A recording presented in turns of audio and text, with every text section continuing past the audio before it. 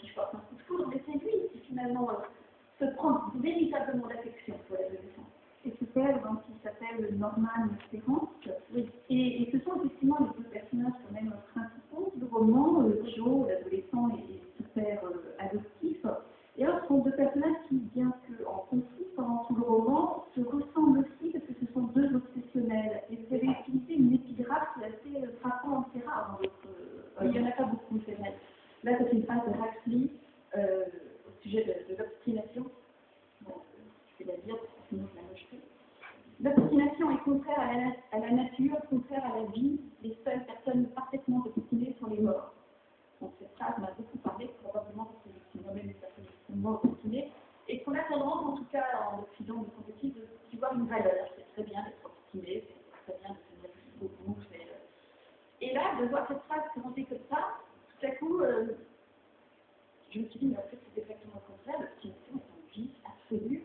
Et moi qui suis fière d'être obstinée, parce que cette obstination est au contraire un grand danger qui pourrait me faire passer complètement à côté de la vie. Donc voilà, il faut que je parvienne à être obstinée. Mais bon, bien sûr, les personnages de mon livre sont encore plus graves que moi, puisque leur attitude, surtout l'attitude de l'adolescent, prouve qu'il est capable d'une préméditation, mais carrément monstrueuse. C'est le comble de l'obstination. Quand la préméditation peut aller jusque-là, c'est le plan quinquennal de l'obstination. Et alors, cette citation, elle est d'un auteur américain, d'un auteur britannique qui s'appelle Aldous Huxley. Oui. Et Huxley, bon, c'est un auteur certes britannique, mais enfin, qui a été surtout fasciné par les États-Unis et qui a eu particulièrement du succès aux États-Unis, notamment auprès du mouvement hippie et New Wave. Oui. Et là, dans ce roman, donc, on est en territoire américain et certains de nos personnages sont d'anciens hippies. Oui. Qu'est-ce qui vous a intéressé dans ce mouvement? De toute façon, les États-Unis, c'est un pays qui a énormément compté pour moi. Je suis arrivée aux États-Unis pour fêter mes 8 ans. J'y ai fêté également 9 ans et 10 ans. Donc j'ai passé 3 années essentielles de ma vie. Que vous racontez dans le biographie de la fin, dans le biographie de la fin. Or, bon, ce n'était plus vraiment l'époque hippie, puisque c'était de 75 à 78, mais il y avait encore beaucoup de hippies aux États-Unis. Et je me souviens que quand j'étais petite, quand je voyais des hippies, j'avais peur d'eux. C'est-à-dire que je venais de Chine populaire et du Japon. Je peux vous dire que déjà au Japon, des hippies, il n'y en a pas beaucoup, mais en Chine populaire, c'est inconcevable. Tout le monde en costume Mao, avec une posture très stricte, personne qui sort du rang. Et aux États-Unis, c'est le mouvement hippie, je ne comprenais même pas que c'était sympathique à l'époque. Je trouvais ça terrifiant. Ces gens à longs cheveux, avec des fleurs dans les cheveux, j'avais très peur d'eux. J'ai mis beaucoup de temps, c'est un peu sérieux quand, à nouveau dans le sud-est asiatique, j'ai lu des livres sur le mouvement hippie, j'ai commencé à me dire, en fait, ces gens avaient tout compris. Leurs valeurs sont excellentes, non violentes, pas de propriété, c'est très sympathique.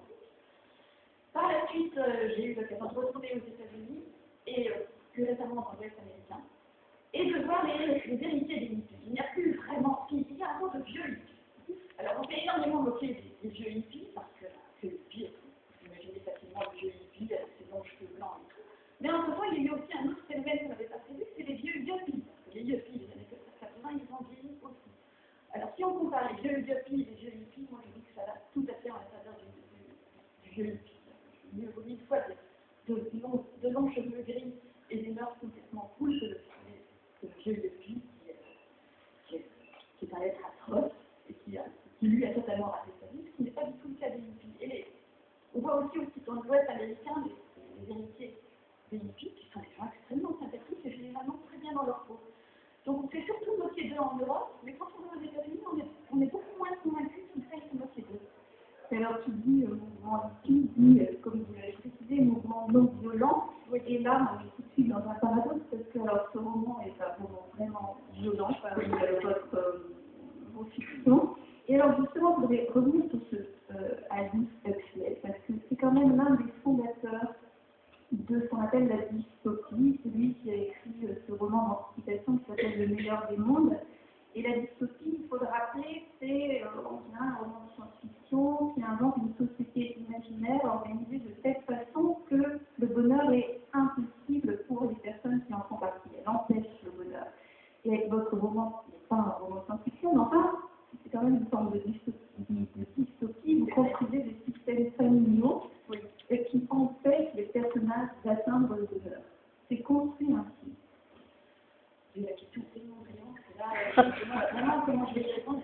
J'adore, je ne connaissais pas le concept de dystopie. Je croyais bien connaître la famille, mais quand c'est comme ça avec l'ordi, la météo, on croit qu'on connaît bien les auteurs et on se rend compte qu'on ne les connaît pas du tout. Vous avez peut-être choisi pour les portes de la perception. J'avais toujours choisi pour les portes